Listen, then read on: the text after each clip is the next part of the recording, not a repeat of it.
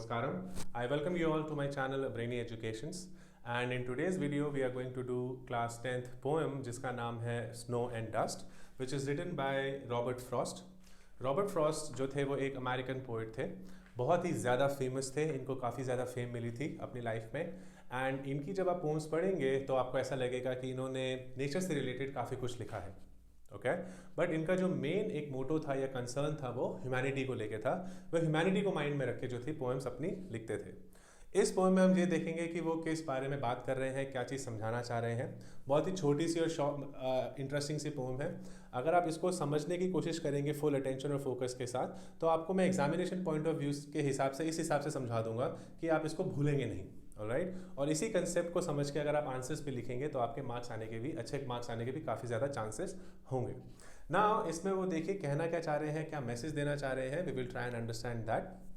He says that it's a short poem and an image of a landscape is created. तो है क्या, ये एक शॉर्ट पोम है, जैसे बताया कि 8 लाइनों की पोम है ये, इसमें सिर्फ 2 स्टैंजास है। एंड एक लैंडस्केप बनाने की कोशिश की गई है, एक इमेज बनाने की कोशिश की है, किसकी? लैंडस्केप की। जैसे हम लोग लैंडस्केप बनाते थे, आप लोगों ने अगर ड्राइंग में अगर कोई जिनकी ड्राइंग मेरे जैसी है, मैं जानता हूँ कि कैसी ड्राइंग थी मेरी, तो अगर आप लोग ऐसा लैंडस्केप बनाते हैं जिसमें एक लाइन मार के पहाड़ बना दिए, चील कौवे बना दिए एंड सूरज बना दिया, नदी बह रही है फिर पहाड़ों से, और एक बंदा जो है टोकरी लेके जा रहा है, ओके। तो देखिए एक जैसे अभी मैंने जैसे बोला, शायद आप में से कुछ के माइंड में एक इमेज क्रिएट होगी जो मैं कहना चाह रहा हूँ, या फिर आप रिलेट कर पा रहे होंगे।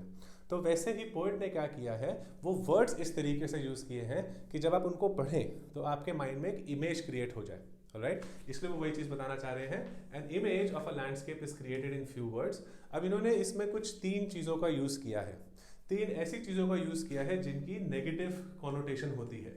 Negative connotation in the sense कि वो एक नेगेटिव चीज़ों को दर्शाते हैं, ओके। कुछ ऐसी चीज़ें जैसे मान लीजिए कि अगर आप रास्ते से जा रहे हैं और काली बिल्ली रास्ता काट जाए, तो ऐसे काफ़ी सारे लोग हैं जो फिर वहीं पर रुक जाएंगे, अपना रास्ता बदल लेंगे, वो काटेंगे नहीं, वो उस रास्ते को काटेंगे नहीं, ऑलराइट। तो इसको नेगेटिव कॉनोटेशन बोलते हैं। तो वैसे ही इसमें जैसे एक हेमलॉक ट्री को यूज़ किया गया है, ओके, एक क्रो को यूज़ किया गया है और स्नो को यूज़ किया गया है। ये तीनों चीज़ें नेगेटिव कॉनोटेशन देती हैं, एक नेगेटिव चीज़ों को सिंबॉलिफाई करती हैं। कैसे? हेमलॉक ट्री एक पॉइजनस ट्री है, ओके।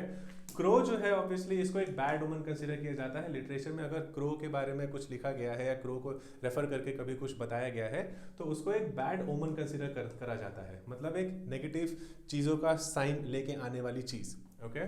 देन स्नो जो है उसको कंसिडर किया गया है डेथ से। डेथ से क्यों कंसिडर किया गया है?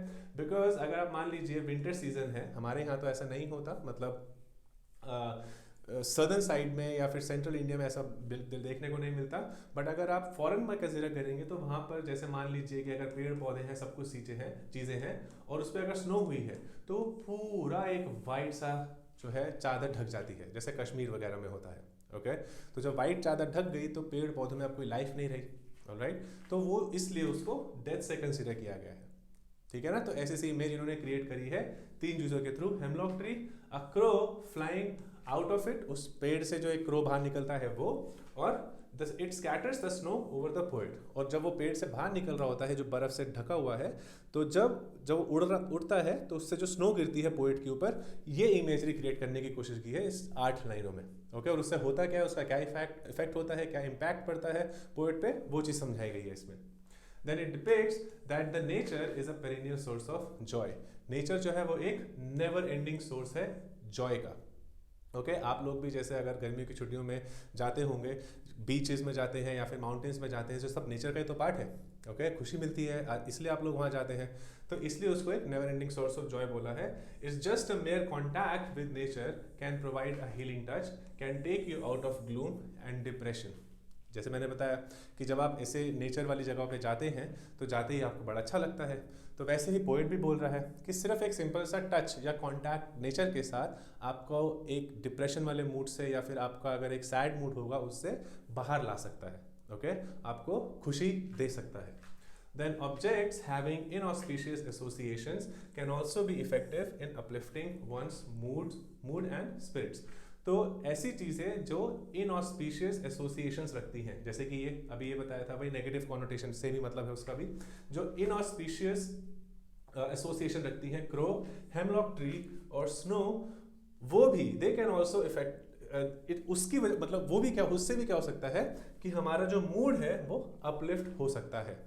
ओके, नेगेटिव चीज़ों के बावजूद भी हमारा मूड जो है वो अपलिफ्ट हो सकता है। पोएट इसमें ये कहना चाह रहा है impartial treatment of nature towards every creature. और क्या दिखाया है कि जो नेचर है, ओके, नेचर सबको किस तरीके से एक समान देखता है।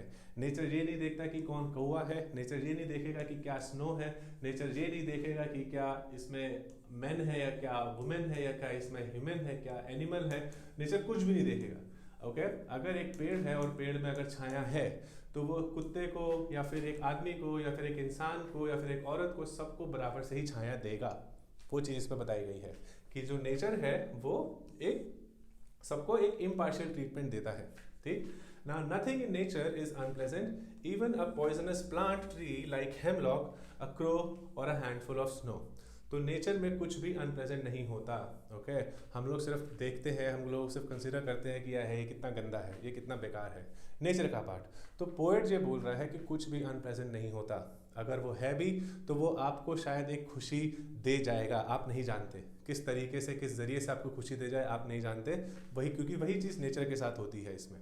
ओके, देखिए वो क्या कह रहे हैं, it can turn sadness into cheerfulness. कुछ भी ऐसे एक इवेंट हो जाए कि आपकी सैडनेस को वो चीयरफुलनेस में बदल देती है। Now sometimes insignificant events can bring significant change in one's life. कि कभी कभार ऐसे इनसिग्निफिकेंट चीज़ें आपकी लाइफ में हो जाती हैं, बट उन इनसिग्निफिकेंट मतलब बहुत ही छोटी माइनर सी चीज़ें, ओके, जिनका कोई महत्व भी ना हो, बट ऐसी सी चीज़ें आपकी लाइफ में एक बहुत ही सिग्निफिकेंट चेंज ले आती हैं।